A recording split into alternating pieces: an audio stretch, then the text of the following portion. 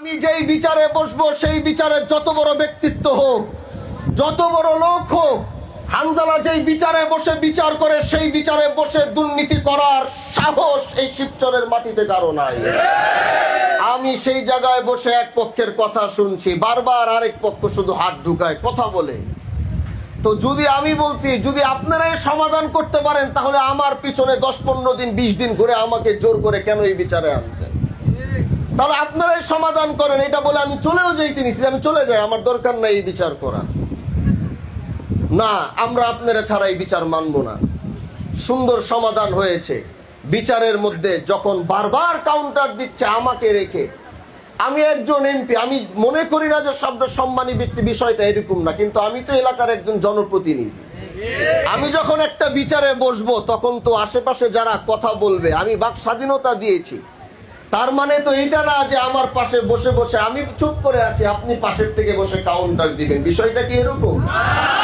সেটা আমার জায়গায় যেই হইতো সেই তাকে এই বিষয়টা বলে থামিয়ে দিত। তো ওখানে 30-40 সেকেন্ড হয়তো আমি একটু রাগ করেছিলাম যে আমাকে এনে এখানে বসিয়ে আপনারাই যদি কথা বলে সব করেন তাহলে আমাকে আনলেন কেন? এই রাগারাগি করতে গিয়ে দেখলাম ওই কে যেন ওখান থেকে 30-40 সেকেন্ডের একটা ভিডিও নিয়ে সেটাকে ছাড়ছে। এটা এখন পুরা বাংলাদেশের এখন জাতীয় নিউজ হয়ে গেছে। তারপরে আমাদের কোনো আপত্তি নাই, হকের বেলায় কথা বলতে হলে হানজালার এইভাবে কথা বলে যাও। এটা কোনো এরকম বিষয় না যে ক্ষমা চেতে হবে, মাপ চেয়ে। এটাকে এখন নিয়ে দলীয় বিচারে বসলে আমার বিচারে কোনো দলীয় বিষয় থাকে না। জাতীয় নিউজগুলোতে দেখলাম অনেকে দলীয় ট্যাগ লাগিয়ে দিচ্ছে এটার ভিতরে। এটা একটা ভুল নিউজ তারা করেছে। আমার বিচারে বসলে যেই দলেরই হোক, আমার বিচারে কোনো দলীয়, আমি নিজেও কোনো দলীয় বিষয় বিচারে বসি না।